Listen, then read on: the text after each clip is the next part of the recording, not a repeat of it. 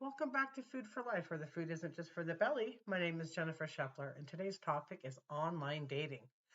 But first, I'm just going to remind you that I'm human, I make mistakes, and here we have grace and forgiveness. If there's something I've misinterpreted or maybe made a mistake or an error on something I might have said or some facts that were not quite accurate, please comment below any mistakes and I'll clarify that. And so I'm not a professional either in any shape or form. I am just a woman who's going to tell you stories in hopes to help you find hope and perspective in your everyday life. So, back to online dating. I've had a lot of experiences with it. I'm just stirring up a tea here. Grab yourself a coffee or a tea, and we're going to have some fun talking about some stories about online dating. I had been doing it for, gosh, I would have to say around since I was 21, and I've gotten used to the protocol and what to expect and what not to expect. And through my stories, you'll see how much I've learned. And have you tested your luck online, and are you successful? Did you get married off from being online dating? Uh, and so I'm interested in hearing your story on that. I think that it would have been a good thing for me at the time before I even started online dating is knowing who I am. That probably would have helped a lot with the situations that I put myself into. Not knowing what to expect, not having boundaries, um, and not having a clear picture of what my expectations were, I think is probably a good indicator of why my successes weren't all that great. So I'm hoping to improve your chances of success versus what my experiences were. Um, I had learned over the course of my results that I found liars. There's a lot of liars online.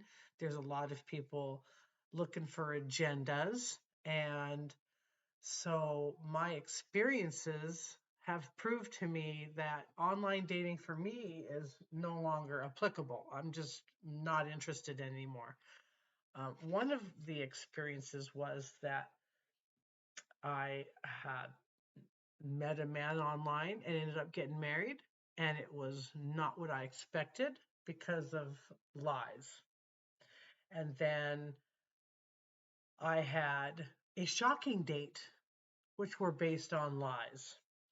And then I had a Christmas nightmare.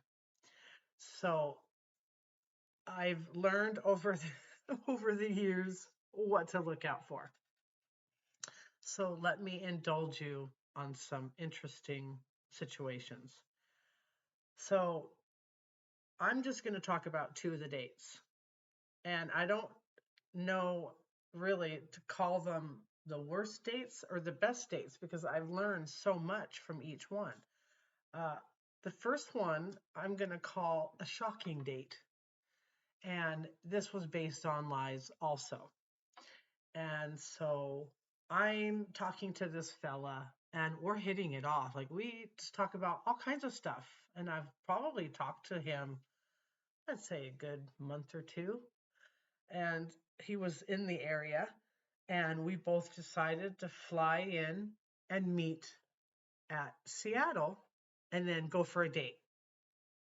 And this would be like an overnight date kind of a thing because we took the flight out there. So it would be hard to fly out to Seattle and then do a date and then fly back. So we would work out the details during this date, which was a red flag number one. I should have done that before I left. But sometimes you don't realize or you're not sure what to ask until after you go on the date and then it dawns on you, oh well shoot, I should have said this or I should have, would have, could have. And that's what lessons are all about anyway. So as soon as I get off this flight, I see my date and I realize he's gay. So that was shocking. I had no clue. He never even told me. So was I alarmed? A little bit, but at the same time, I was like, okay, good. Now there's no expectations for sex. So I knew that was in my favor.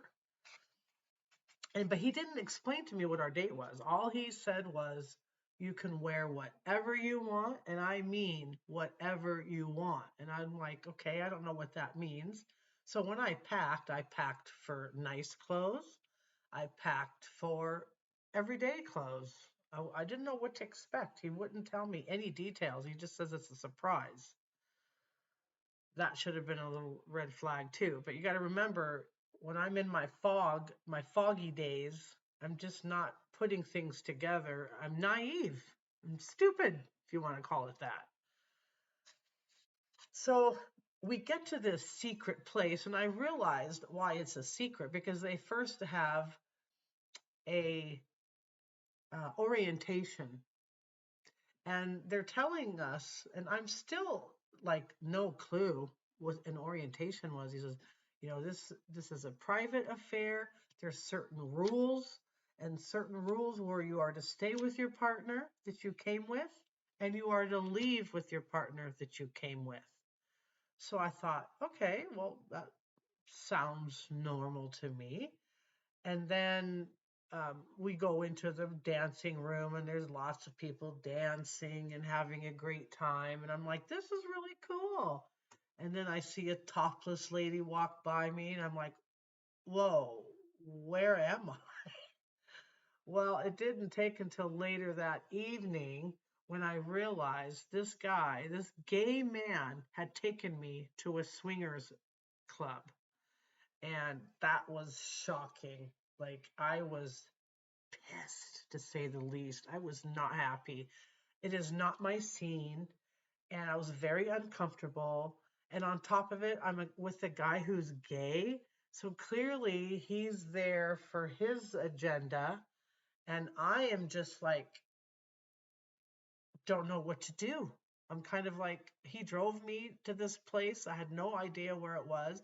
When I look back and think about the dangerous situations I put myself into, I'm so thankful that I had God behind me who knows my life better than I did, because I had no clue what to expect. And so the date evidently ended. You know, um, I had to stick around until he was bored, I guess. And then we ended up going our separate ways. The next day, I ended up staying the night in that house, but luckily for me, God knew I was not interested in much of that. And I was not happy with the situation. It was really weird. I didn't expect something like that to ever even to happen. Like, I never expected that these kinds of things went on in the world. So it was a wake up call for me. And I was thankful that he was gay and that he was a gentleman. I mean, to some degree, because what he took me to wasn't so gentlemanly, but he was a safe person because I never felt in danger at all. And that's the works of God. And so, of course, after that, I asked questions. Like, after that online experience, I'm like, okay, are you gay? Are you married? Are you single? Are you, struggling? Because that's one way that I wean these people out. I acted like I was okay with it so that they would tell me the truth, and then I would hit block. So that's what happened there.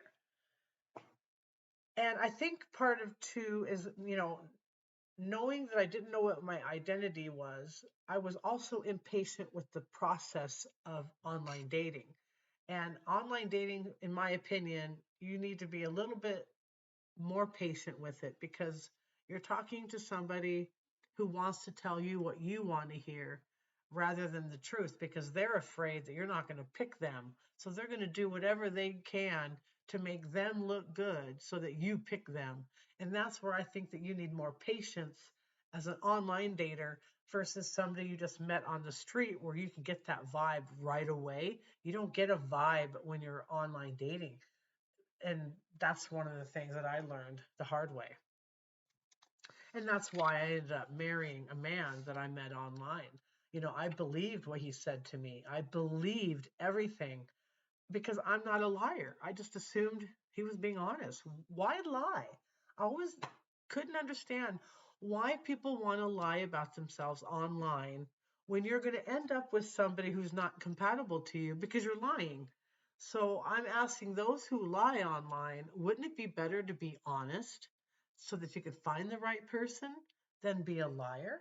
Now I can't help you when it comes to the scammers. There's a lot of scammers out there. I can tell a fake profile like you would not believe.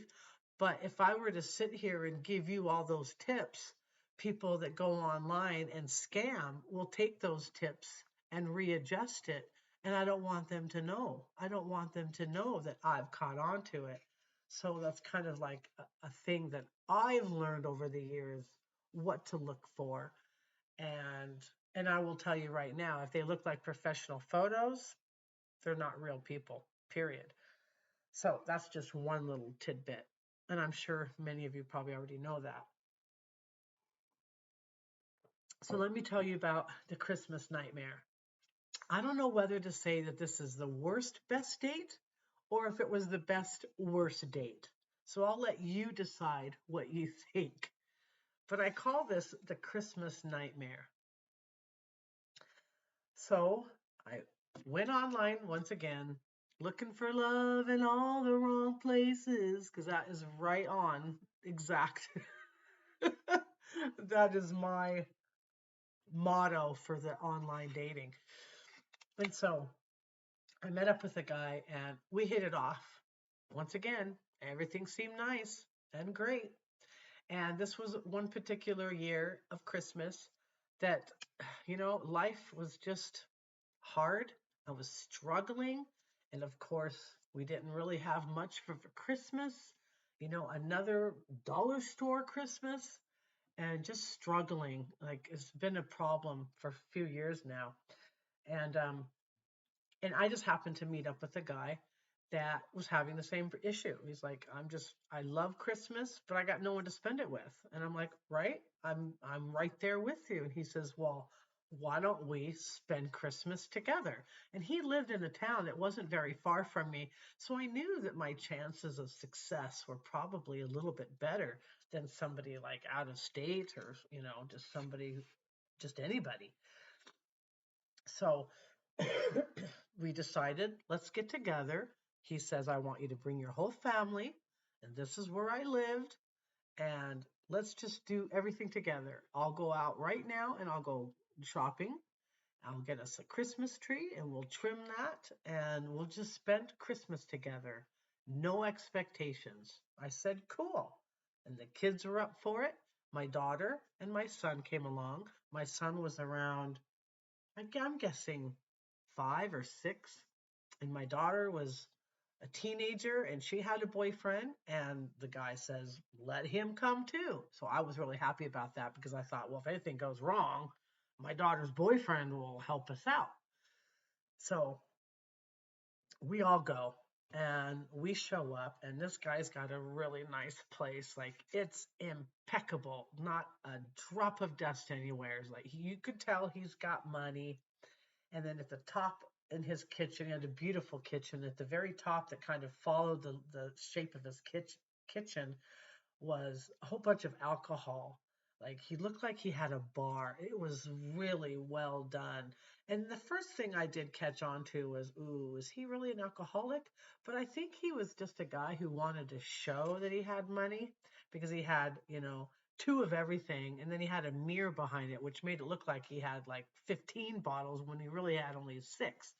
So it was that impersonation that everything was impeccable shape. And so we get together and we're putting the food together, we're cooking, we're having drinks, and he gives us gifts. And they're nice gifts. He gave me a necklace, and the kids got something pretty cool. And all seemed fine and all hunky dory is the word I was trying to say.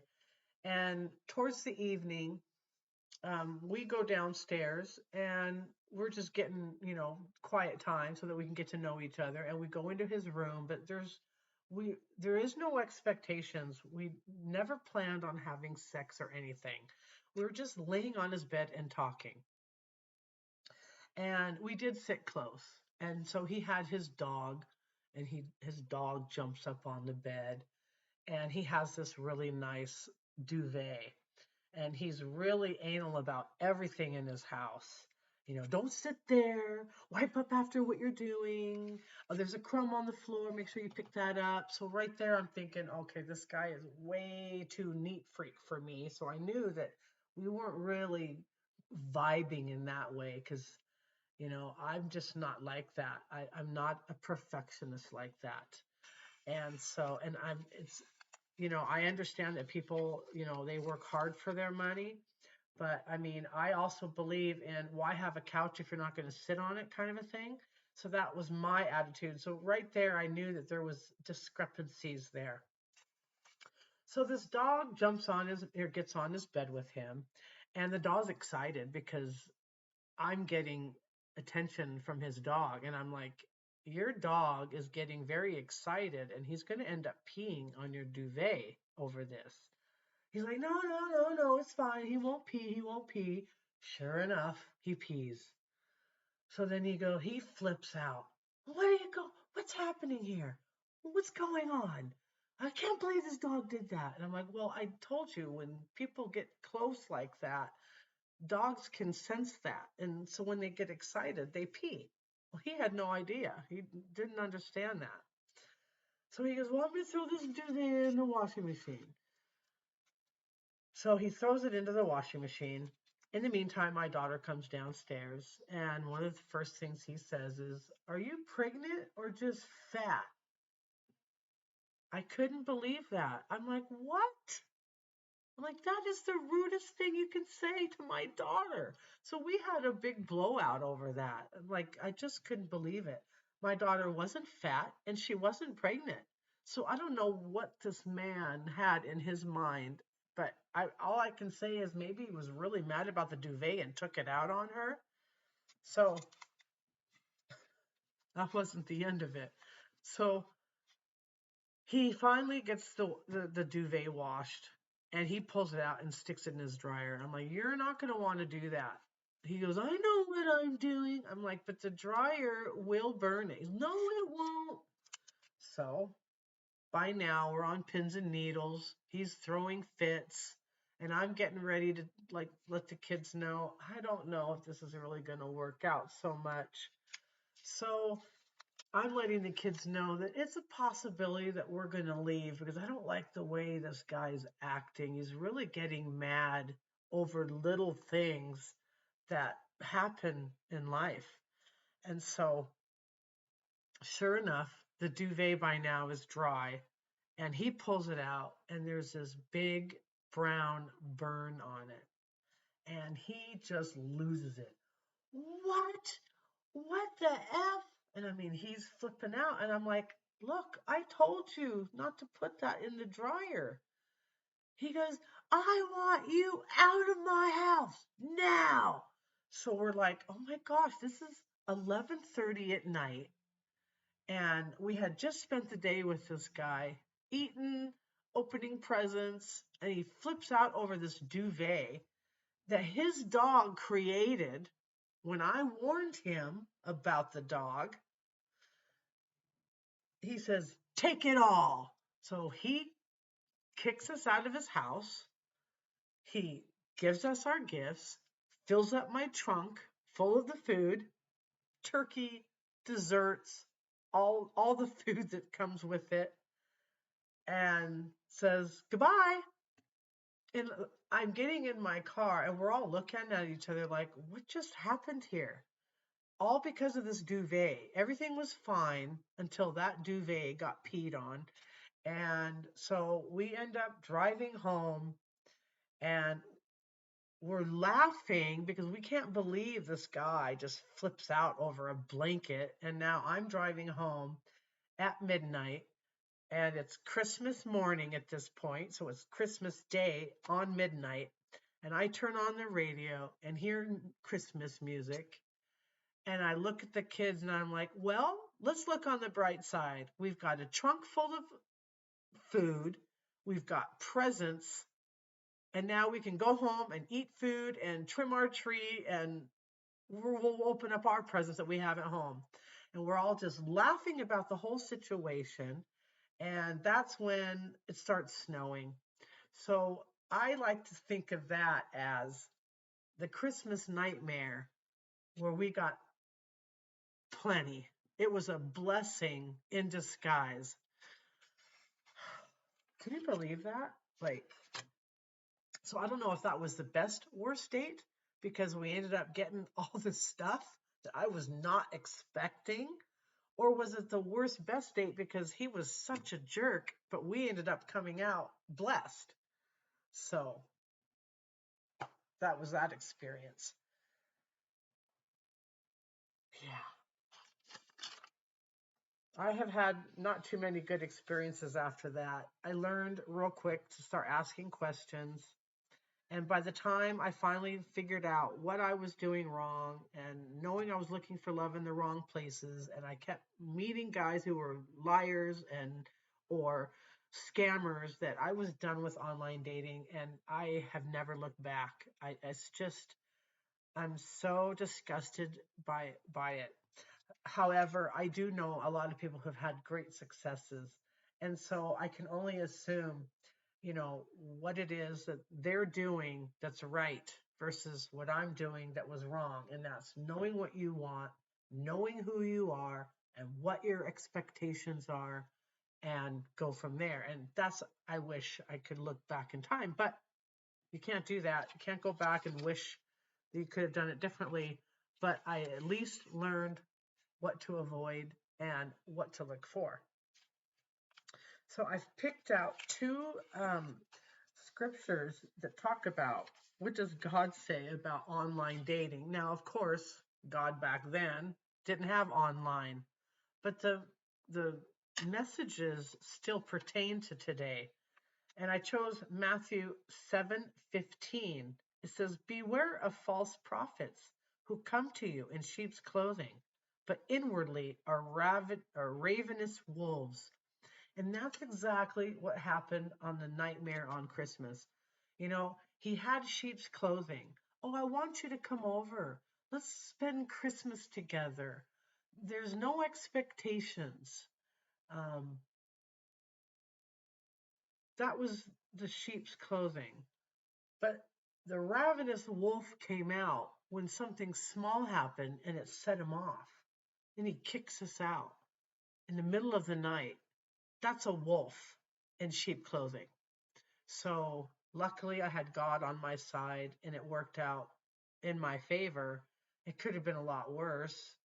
And so that's when I decided that maybe online dating isn't the best, because I just kept running into these problems with people lying, and then I go and meet them and discover that they're all not true. And so that puts me in a dangerous situation, and it has and will put other people in dangerous situations. And I'm just letting you know just to not trust anybody online, you know, or at least be patient with the process and know what to expect. And the second one I chose was Second Timothy 2:22. So flee youthful passions and pursue righteousness, faith, love, and peace, along with those who can call on the Lord from a pure heart.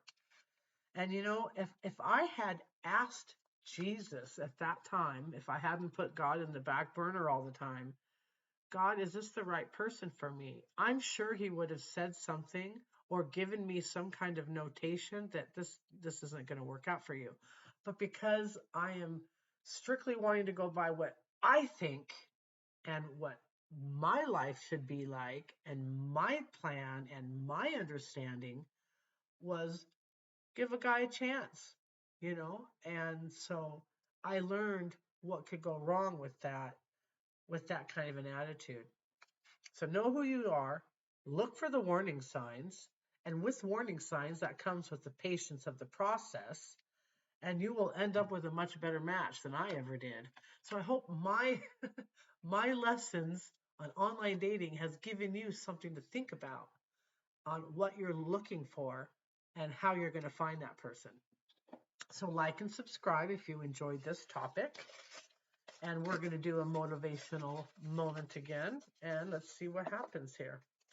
So this version was from a Mother's Day magazine version. I don't know what version they used, but I chose Proverbs 3, 5 through 6. Trust in the Lord with all your heart. Do not depend on your own understanding. Seek his will in all you do, and he will show you which path to take. Just as I said, if I had said, God, is this guy like legit? He probably would have said, no, find somebody else. Or, no, stop online dating. Like, I don't know what the answers would have been. I did go over one particular situation in another video where I was talking to a man. I believed everything that he had said to me. Like, he said everything that I wanted to hear, and I thought for sure that this was the right match. But something was just off, and I couldn't pinpoint it. And I asked the Holy Spirit, who is this guy? What's he doing? And then he finally revealed to me, oh, he's studying your profile before he talks to you. And of course, I had confronted him about it, and he was shocked at what I told him. I was very honest about it, and then he disappeared. So the Holy Spirit that's in you, if you have that, will tell you, no, you don't want to go there, and this is why. And if you don't have the Holy Spirit in you, or you don't think you do, because you haven't really led a godly life, all you got to do is ask Jesus to come into your life and be the answer to your prayers. Ask him, God, can you run my life for me, because I can't. I need you in my life. And that's when he will show up. He doesn't want to invade in your life. He's not going to just show up and say, no, don't do this. He wants an invitation from you. And when you get that invitation, you give him that invitation, he accepts it. And that's when you're going to start seeing things that are beyond your understanding. And I hope with this video that it left you leaving a little bit more peaceful and a little bit more hopeful about what to expect for online dating, as long as you know what you are looking for. Have a great day and see you next time.